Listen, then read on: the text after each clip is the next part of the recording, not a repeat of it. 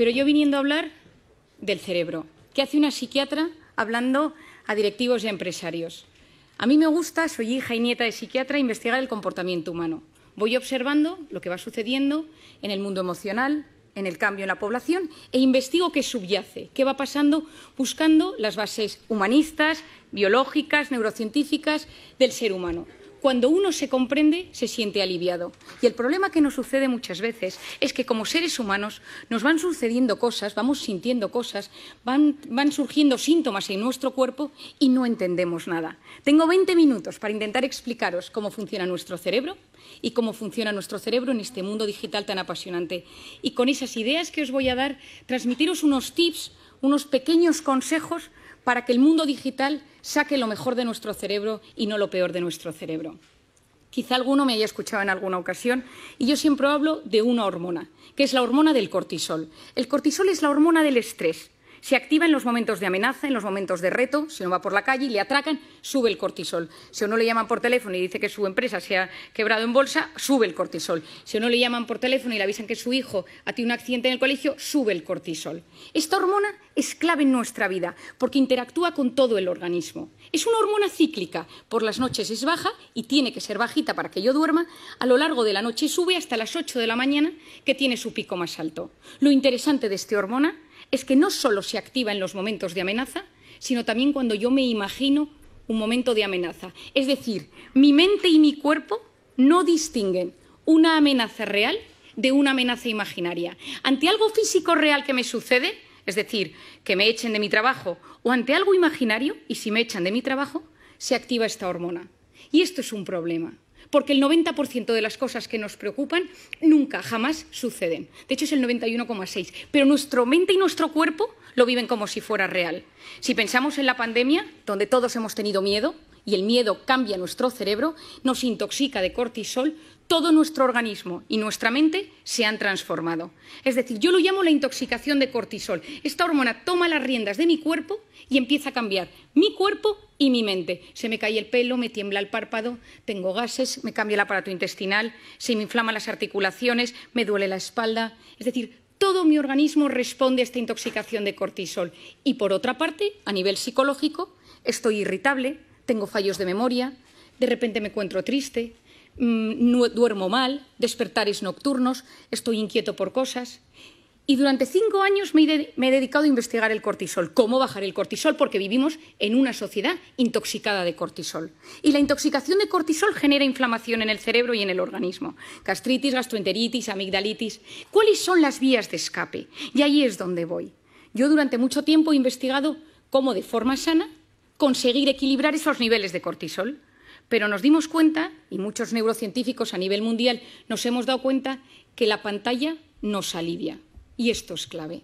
Lo que sucede en la pantalla son gratificaciones instantáneas. Yo quiero algo y lo tengo, y lo siento. El cofundador de Facebook, Tim Parker, reconoció en un evento médico en Filadelfia hace unos años: creamos Facebook para generar adictos. Nos dimos cuenta de la vulnerabilidad del ser humano, de cómo el ser humano necesita sentirse querido. El ser humano necesita sentirse reconocido, porque nada mueve más al ser humano que alguien te quiera o que crea en ti. Y dijimos, creemos Facebook. Subes una foto y la gente le gusta, y la gente te comenta, y la gente te pone likes. Pero ¿qué hemos descubierto? Que hay una hormona que subyace en el comportamiento de las pantallas. Y hoy estoy hablando de la pantalla, en esta primera parte, la pantalla como redes sociales, videojuegos, Instagram, noticias, mails, WhatsApp. Y aquí entra la dopamina. La dopamina es una hormona maravillosa en muchos aspectos porque es la hormona del placer. Es la hormona que está involucrada en las relaciones sexuales, en la comida rica, en el vino, en los videojuegos, es decir, en cosas que nos hacen pasarlo bien, que nos hacen disfrutar. Y funciona de una manera muy particular. A mí me apetece tomarme una copa con unos amigos y empiezo a generar dopamina. Y en el momento que tengo esa copa, que ya me tomo eso con mis amigos, tengo mi pico de dopamina y de repente tengo un gran bajón. ¿A quién no le ha sucedido que tiene un momento muy bueno en algo y de repente tiene ese bajón después? El alcohol, la cocaína, las drogas, los videojuegos, las redes sociales, la pornografía. La dopamina es la hormona de las adicciones. Cada vez que yo recibo un like, cada vez que yo recibo comentarios en mis redes sociales y recibo cosas gratificantes, tengo chispazos de dopamina. Es decir, la pantalla fue diseñada para ser adictiva y a día de hoy tratamos en consulta la adicción a la pantalla con la misma medicación que la adicción a la cocaína. Ojo, van por los mismos circuitos cerebrales. Esto lo cuento porque es importante que lo entendamos. Es decir, nuestro cerebro no es inmune a tener pantalla todo el rato. Es cierto que nos ha salvado en un momento de pandemia. Es cierto que ayuda a acercar a nivel empresarial, educativo, en muchísimos aspectos. Pero necesitamos conocer cómo funciona y cómo activa nuestro cerebro para ser capaces de enfrentarnos de la mejor manera posible a ello. ¿Qué ha hecho la pantalla? Que nos hemos convertido en drogodependientes emocionales, adictos a experiencias vibrantes, porque siempre llega algo en la pantalla. Yo activo la pantalla, yo actualizo la pantalla. Si uno de vosotros se levanta una mañana y no hay nada en el WhatsApp, uno reinicia el teléfono, porque que nadie te haya escrito nada en el teléfono significa que algo ha sucedido. Y lo siguiente que sucede es que te metes en Internet a ver si es que se ha caído WhatsApp a nivel mundial. ¿Por qué? Porque nosotros nos hemos acostumbrado a recibir emociones y sensaciones constantes. Las empresas se dieron cuenta de esto. Facebook, Google, todas las empresas de Silicon Valley, Palo Alto, todo el mundo vio que esto era importantísimo. ¿Y qué sucede hoy en día? Que hemos transformado la economía mundial en la economía de la atención. Lo que importa a las empresas es conseguir mantener la atención del usuario el mayor tiempo posible en una pantalla. Es decir, nos han captado nuestra atención y es mucho más fácil secuestrar nuestros instintos que dominarlos. Es decir, como es algo tan impulsivo, me siento querido, me contestan, estoy metido en un grupo, me hacen caso, escribo, me meto, busco, compro, tengo hambre, pido un globo, quiero un sushi, me apetece, quiero quedar con alguien, me descargo Tinder. Es decir, gratificación instantánea, lo quiero todo y lo quiero ya. Y si nos damos cuenta, las dos únicas cosas que realmente nos hacen felices en esta vida, las dos únicas cosas que realmente llenan el corazón del ser humano, son el amor de pareja, el amor a los padres, el amor a los hijos y el trabajo bien hecho. Y ni el amor ni el trabajo son a base de gratificación instantánea. Son todo lo contrario. Pospongo recompensa, paciencia, esperar a no recibir todo el rato lo que busco y lo que quiero. Tiempo, tiempo, tiempo. Y hoy en día no sabemos esperar. Y hay otra zona del cerebro que es fundamental que os explique. Y se denomina la corteza prefrontal. La corteza prefrontal es esta zona delantera de nuestro cerebro y es la zona que se encarga de la atención, de la concentración, de la resolución de problemas y del control de impulsos. Nada, es la que se encarga de que seamos seres superiores. La que yo de repente voy caminando en un restaurante y tengo apetito y veo que mientras voy por el pasillo que un señor está comiendo y no le quito la comida del plato. La que hace que yo de repente me apetezca comprarme algo y no me lo compro. Que de repente veo a una persona que me gusta por la calle, estoy casado y digo, no me conviene porque estoy comprometido con otra persona. Esto es la corteza prefrontal. Es el centro neurálgico de la voluntad. Pospongo las cosas o las retiro de mi camino porque no me conviene. Cuando un bebé nace, la corteza prefrontal es profundamente inmadura y el desarrollo del cerebro funciona de atrás para adelante y a medida que uno se va haciendo mayor, va madurando hasta que la corteza prefrontal madura en torno a los 15, 18, 21, 25 y hay gente que no madura casi nunca. En las mujeres madura antes, en los hombres madura después. La corteza prefrontal se activa en un bebé de tres maneras. Es decir, ¿cómo activas la atención de un bebé? Con tres cosas: luz, sonido y movimiento. Si alguno tiene un bebé o ha tenido un hijo, se da cuenta, de repente el hijo está en su hamaquita, pasa el padre, pasa la madre y gira la cabeza. Presta atención. De repente se enciende una lucecita, presta atención, escucha una música y activa su atención. ¿Qué queremos nosotros con la corteza prefrontal de nuestros hijos? Que a medida que se van haciendo mayor, presten atención a objetos inmóviles, a un profesor, que estén sentados en la salita de espera, que vean una puesta de sol y les guste, que puedan ir a un museo, que puedan leer un libro. Es decir, que no solo se active su corteza prefrontal con la luz, con el sonido y con el movimiento, sino que también sean capaces de prestar atención a una conferencia. ¿Qué pasa si yo le doy a mi hijo una tablet, un iPad, lo que sea, con 6 meses, con 1 año, con 2 años, con 3 años? Y yo se la pongo. ¿Qué es la tablet? Luz, sonido y movimiento. Y el cerebro del ser humano funciona con un mecanismo que se denomina use it or lose it. O lo usas o lo pierdes. ¿Quién de nosotros tiene mejor hipocampo, centro de la memoria, desde que usa Wikipedia? Nadie. Todos se nos atrofió el hipocampo. ¿Quién de nosotros se orienta mejor desde que usa Google Maps para todo? Nadie. porque nuestro cerebro, cuanto más utilizas herramientas externas, más se atrofian las herramientas internas. Si yo utilizo la corteza prefrontal siempre para estimularme desde fuera, luz, sonido y movimiento, ¿qué es lo que está sucediendo? Que la corteza prefrontal de los jóvenes no está madurando de forma correcta. ¿Y esto qué consecuencias tiene? Seguro que habéis oído hablar del famoso TDAH, trastorno por déficit de atención e hiperactividad. Falta de atención, falta de control de impulsos, corteza prefrontal. 10% de los niños del primer mundo medicados por TDAH. Medicaciones que no son inocuas. Hay veces que son necesarias. ¿Es solo la culpa de la pantalla? No es solo. Pero la pantalla no está ayudando. ¿Por qué? Porque si yo quiero ayudar a que se desarrolle bien mi corteza prefrontal, necesito posponer el uso de la pantalla en los niños.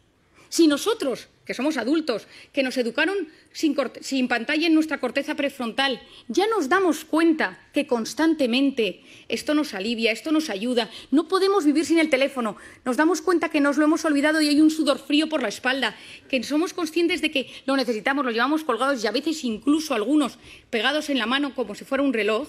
Imaginemos en niños que tienen su corteza prefrontal en plena fase de maduración. Y necesitamos niños con criterio, necesitamos chicos que sean capaces de saber discernir el bien del mal, de buscar la información. Estamos enamorados de la superficialidad porque no somos capaces de profundizar. El otro día le compré a mi hijo mayor un libro de los 5, que yo supongo que aquí todo el mundo lo ha leído, y me quedé horrorizada. El libro ha cambiado, ya no hay textos descriptivos, solo son una especie de dibujos con textos de aventuras. Y le pregunté, escribía a la editorial y me dijeron, es que nos hemos adaptado a los nuevos tiempos y a la capacidad de lectura que tienen los niños hoy en día. Me quedé preocupadísima. Es decir, no somos ni siquiera capaces de leer. Antes leíamos una novela, la leíamos 2 horas y al día siguiente la retomábamos y nos acordábamos de los personajes. Ahora, durante el tiempo que estamos leyendo, nuestra cabeza está conectada a la pantalla y esto es dopamina y corteza prefrontal. Necesitamos potenciar la corteza prefrontal del ser humano del siglo XXI. ¿Significa que tengo que coger mi teléfono y tirarlo a la basura? Por supuesto que no. Significa que soy yo quien domino el dispositivo y no el dispositivo el que me domina a mí. Es decir, cada vez que yo cojo el teléfono, que se enciende la pantalla, algo está pasando en mi cerebro. ¿Y cuándo cogemos el teléfono? Fuera del plano profesional. ¿Cuándo utilizamos el teléfono? En 2 momentos. Cuando uno está aburrido o cuando uno está estresado.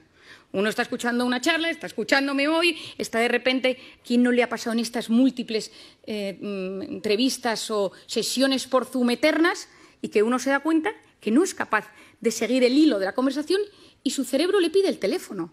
¿Por qué? Porque me estoy aburriendo, me estoy poniendo nervioso porque no me entero bien. Es decir, nuestro cerebro, ante el aburrimiento o ante el estrés, nos pide pantalla. Si esto lo hacemos también con los niños y con los jóvenes, ¿qué sucede? Que no estás dejando a los niños aburrirse y el aburrimiento es la cuna del asombro y de la creatividad. Nadie ha descubierto nada grande en un momento de hiperestimulación, en un momento ajetreado. Unos vieron caer una manzana de un árbol, otros paseaban por los jardines de Atenas. Es decir, si tú quieres crear algo, si tú quieres que te pasen cosas buenas, necesitas ser capaz de frenar el círculo de la hiperestimulación. Y te tienes que empezar a aburrir, porque cuando tú te aburres o dejas que tu hijo se aburra, pasan cosas en el cerebro. Si tú no sabes gestionar el estrés y cada vez que te enfadas con tu marido, con tu mujer, y fijémonos, coges el teléfono, tu hijo te pone de los nervios, coges el teléfono, has tenido un problema con tu jefe, coges el teléfono, porque te alivia, porque fue diseñado para aliviar y conocemos los mecanismos que subyacen al tema, pero entonces ya no sé gestionar la ansiedad. Y ojo, quien no sabe gestionar sus emociones en el siglo XXI lo pasa muy mal. Y si me vuelvo al campo de los niños y si me vuelvo al campo de los jóvenes, el que no sabe gestionar estos problemas acaba con problemas de tolerancia a la frustración. Yo siempre digo que darle a un niño un teléfono es como ponerle un minibar en su cuarto. Es decir, oye, que cada vez que te encuentres mal puedes tomarte un chupito. Porque el cerebro se siente aliviado ante esa carga de estrés. Tenemos que conocer cómo funciona la pantalla, tenemos que conocer cómo funciona el cerebro para entender que es algo bueno, que las pantallas traen cosas muy positivas, pero que tengo que ser yo quien domine el dispositivo y él no a mí. Hay un documental que se llama The Social Dilemma, hecho por Netflix, que os recomiendo. Está Tristan Harris detrás de ello, que es lo que denominan en Estados Unidos, le llaman the closest thing Silicon Valley has to conscience, lo más cercano que tiene Silicon Valley a la conciencia, porque él ha abierto la posibilidad de que haya comités de ética en las grandes empresas tecnológicas para hablar de estos asuntos, porque es la primera vez en la historia que los hijos son menos inteligentes que sus padres. Y me refiero a inteligencia, capacidad de buscar, capacidad de discernir, encontrar dentro de toda la información y saber encontrar lo importante. Estamos en la era del exceso de información y de la falta de formación. Y encima estamos generando una sociedad que no sabe buscar lo correcto, porque ante el estímulo tu cerebro no te permite frenar, no te permite el silencio. Por lo tanto, tenemos mucho, estamos hiperestimulados, nos llegan demasiadas cosas y hay un fracaso en la gestión de la abundancia de lo que nos llega. No sabemos gestionarlo. ¿Qué creo que es lo importante? ¿Qué ideas os daría? La primera de todas, que yo la he recomendado en todas partes, en mis conferencias, en mis libros, a todo el mundo, quitar las notificaciones de la pantalla. Porque las pantallas, cada vez que nos llega algo, que puede ser un grupo del colegio de mi hijo, puede ser un grupo de amigos del tenis de los sábados, es decir, son cosas que hacen pequeñas activaciones de la corteza prefrontal que a la larga me la debilitan. Y que recordemos esto, necesitamos una sociedad con una buena corteza prefrontal. Potenciar esa corteza prefrontal posponiendo la recompensa. Me apetece meterme ahora a ver si me ha escrito alguien por WhatsApp. No lo hago. Me apetece pedirme esta comida ahora. No lo hago. Me voy a meter en Amazon y me voy a comprar esto para que me llegue mañana. No lo hago. Yo pospongo la recompensa. Mi padre, que es un gran sabio de la voluntad, siempre ha dicho, una persona con voluntad llega más lejos que una persona inteligente. Por otro lado, esculpir nuestra atención.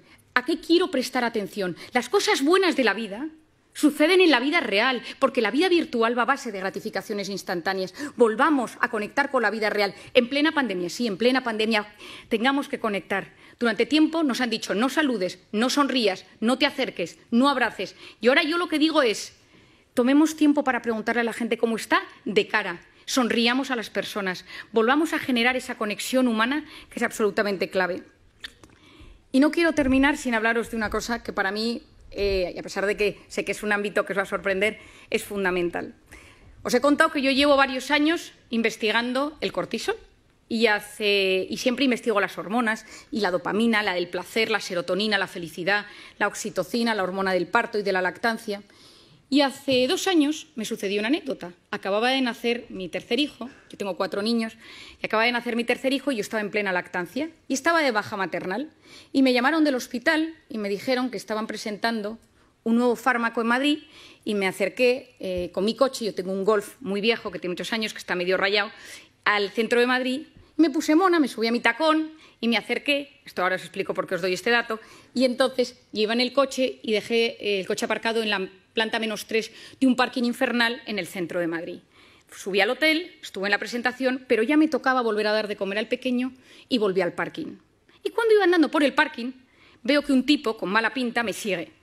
Y entonces empiezo a ver que me sigue, empiezo a andar y digo, ay, que me está subiendo el cortisol. Soy muy consciente de mis cosas y empecé a notar que me angustiaba y que empezaba a no poder respirar y de repente, al lado de mi coche rojo, viejo, rayado, había un cochazo.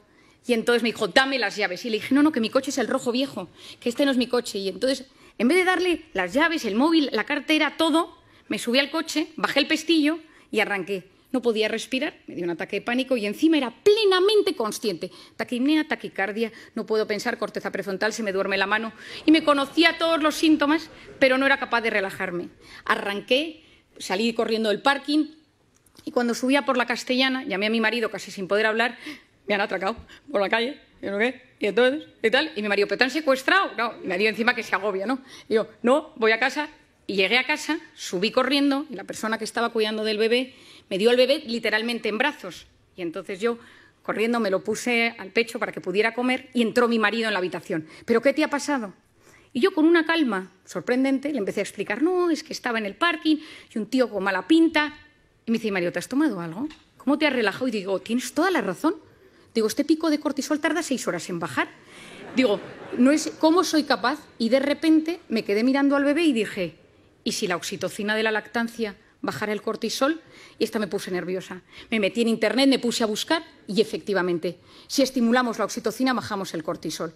Y entonces me he dedicado estos 2 años a investigar la oxitocina. Como no nos podemos poner a lactar todos los que estamos aquí, he buscado todas las maneras que existe para que podamos generar oxitocina.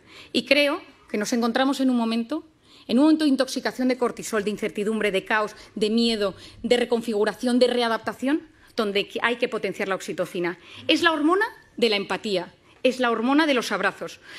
Lo que funciona son 8 segundos. Yo a la gente la tengo un poco cortada porque la abrazo 8 segundos, que la gente lleva 2 años sin abrazarse, y al tercer segundo le digo, relájate que quedan 5. Abrazos de 8 segundos bajan los niveles de cortisol. Mirar a alguien a los ojos y escucharle sin teléfono delante. Te escucho y no te juzgo. Estoy a tu lado. Me ilusiono de lo que me cuentas. Dedico tiempo a hacerte feliz. Esto es la oxitocina, es la hormona de los vínculos, es la hormona de lo que yo llamo las personas vitamina. Por lo tanto, en esta sociedad, en este momento donde todavía hay mucho cortisol, donde todavía hay mucho miedo, donde nos estamos adaptando, volvamos a la vida real. Potenciemos la oxitocina de las relaciones humanas y convirtámonos en personas vitamina. Muchas gracias.